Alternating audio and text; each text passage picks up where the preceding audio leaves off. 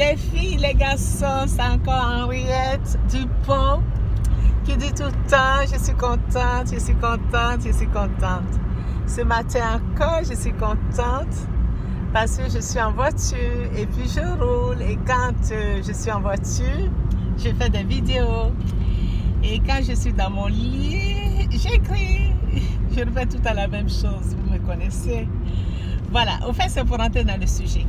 Donc ce matin, j'abordais un sujet, ça fait épisode 4 maintenant, parce que j'avais déjà fait cette vidéo une première fois. Et ce matin, j'en ai fait 2 parce que je coupe pour ne pas que la vidéo soit trop longue. Et le sujet, c'est sur l'harcèlement au travail. Donc je disais que l'harcèlement au travail arrive sournoisement. Et donc je reprends ce que j'ai dit tout à l'heure, je disais que quand nous commençons maintenant à en parler et que les responsables en parlent, mettent les points sur les i à l'harceleur, et la personne qui vous harcèle est dans un état de vengeance. Et là, c'est la guerre qui est déclarée. La personne commence à saboter le travail, à bâcler, ne travaille plus comme avant, vous laisse le travail, commence à vous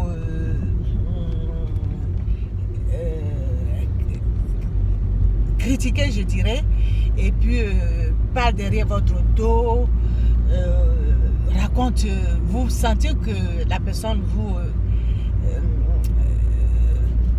est dans une colère où elle se venge, mais autrement, puisque là, elle ne peut plus vous atteindre, puisqu'elle sait que si elle refait la même chose, vous irez encore en parler, donc elle commence à faire...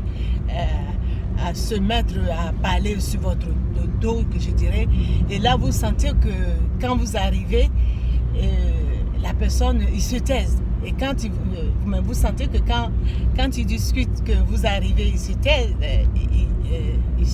je dirais, il se taise ou elle se taise, ça veut dire que la personne parle de vous. Mais bon, vous, ça vous énerve, ça commence à vous gonfler. Moi, j'utilise le mot gonfler. Ça commence à vous énerver. Et puis, vous lancer, c'est-à-dire que quand, je dirais que quand vous les voyez parler, se taire, donc vous êtes dans un état de colère, vous lancez une phrase. Et la phrase que vous pouvez lancer, comme bon, je dirais cette phrase que vous pouvez lancer, le chien aboie et la caravane passe. Et là, ça commence, ils se sont rendus compte que vous savez que c'était de vous qui parlez. Et vous partez travailler tranquillement. Et là, la vengeance continue. Et là, elle sabote le travail. Et là, la guerre est déclarée puisqu'elle finit. Même si c'était une personne qui vous faisait des bisous, ne vous fait plus puisqu'elle n'est pas contente de que vous avez été dit au supérieur, mais vous vous en foutez puisque les bisous, c'est pas ce que vous n'aimez pas. Personnellement, moi, je ne veux pas qu'on m'embrasse, j'aime pas qu'on m'embrasse parce que je suis allergique au bisous. J'ai pas besoin de bisous, je ne veux pas. Donc, ça vous arrange aussi. Et vous pensez que c'est fini, mais c'est pas fini. La guerre n'est pas terminée. Jusque vous vous dites, vous réfléchissez, vous commencez à en parler à votre mari, et le mari vous dit, bon là, ça va trop loin dans cet harcèlement. Et là, comme moi je sais que les personnes, on ne peut pas faire changer les gens, c'est à vous de changer, de faire votre possible pour être bien. Donc moi j'ai utilisé ma stratégie, et cette stratégie, j'ai réfléchi, j'ai dit qu'est-ce que je vais faire pour finir le travail et puis d'être bien.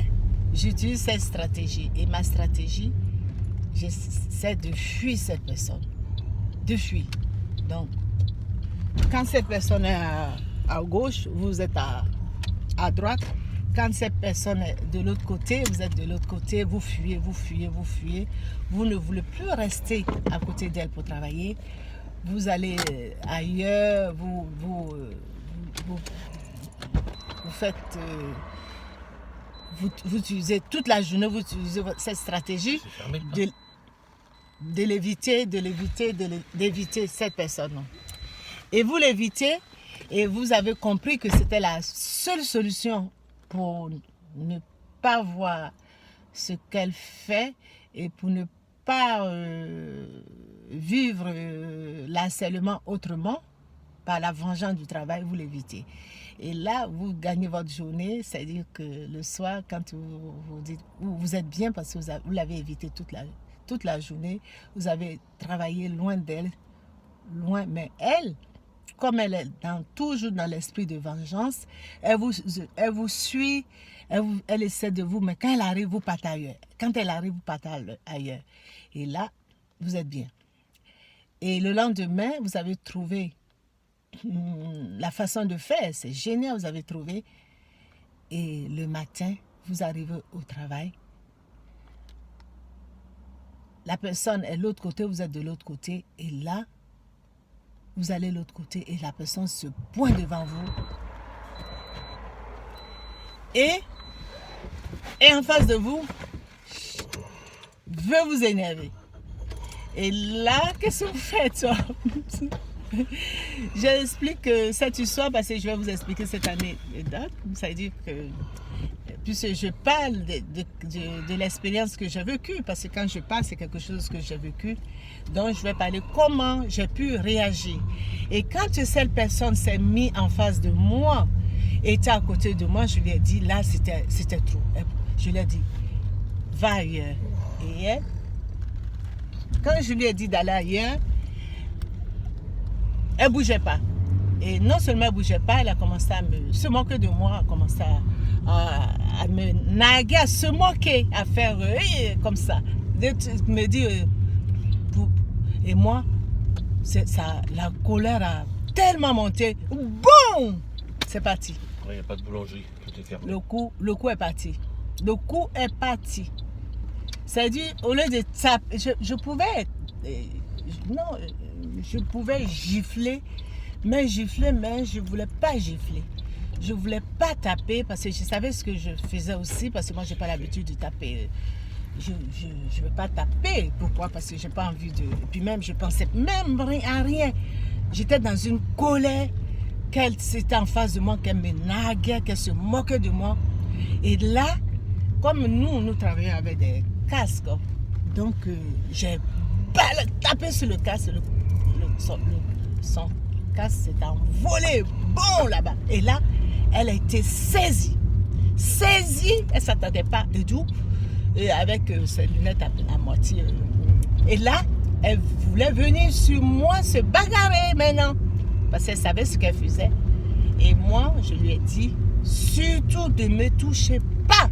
Si vous me touchez, je n'ai même pas dit si vous me touchez, je dis surtout ne me touchez pas. Et comme elle a vu que moi je ne cherchais pas la bagarre, de ne pas me toucher, elle est partie trouver le responsable. Et le responsable, c'est parce qu'elle est partie raconter. Et là, je continuais. Le casque était par terre, je n'ai même pas laissé son casque par terre. Et j'étais là, je continuais à faire mon travail tranquillement. Je me retourne, qui je vois? Le mari. Heureusement, je me suis retournée. Le mari qui vient me menaçant, qui venait me frapper en plus. Le mari, parce que son mari est dans l'entreprise, c'est un petit chef. Et comme son mari est un petit chef, elle se prenait pour petit chef aussi. Je pense que c'est pour ça qu'elle donnait autant d'ordre, parce que quelquefois, elle s'est pris pour une petite chef. Dans son harcèlement, c'était se prendre pour une petite chef. Nous commander comme si nous étions sur ses ordres. Et moi, ça me gonflait de voir une personne qui est comme moi, qui travaille comme moi. Et puis encore, la façon dont ça se déroulait. Et là, le mari qui vient, qui me menace avec ses mains, et moi, toujours pareil, j'ai dit surtout, ne me touchez pas. Et lui, il parlait de mais comme moi j'avais le cas, j'entendais. Mais la seule chose que j'ai pu entendre de sa bouche, je vais vous détruire. Il me détruit. Et moi, j'ai répondu, occupez-vous de votre femme d'abord. Et là, il criait. Et puis, il était tellement... il y a un collègue de travail qui est venu en courant, qui l'a attrapé. Il s'est énervé, il parlait. Et puis moi, heureusement que ce collègue de travail est venu pour pour l'attraper, mais il n'allait même pas me toucher. Parce que c'est la force et la façon dont que je lui ai parlé avec autorité. Ne me touchez pas sur tout. Et puis je le regardais dans les yeux, ne me touchez pas sur tout. Et là, il avait compris qu'il avait affaire à quelqu'un qui était déterminé. Et puis j'étais déterminée parce que j'en ai eu assez marre. Tous ces mois d'être harcelée et puis de me prendre pour une conne, de saboter le travail et puis me faire passer pour ce que je n'étais pas, me douter de mon travail, comme si il fallait aller à l'école de Saint-Cyr pour faire ce boulot que nous faisions et puis me passer pour une tricheuse. Dans ma vie, je n'avais jamais triché. Et tricher pour dans quelle raison? Tricher. Et comme peut-être qu'elle trichait, elle pensait que moi je faisais comme elle, que je trichais comme elle. Ou peut-être de toute façon, tricher et puis compter. Et voilà. Donc, à suivre. 5e épisode. Je raconterai encore la suite de cet événement, de cette histoire, parce que elle est longue. C'est pas tout fini. Du tout. Et bon dimanche encore. Voilà. Bisous.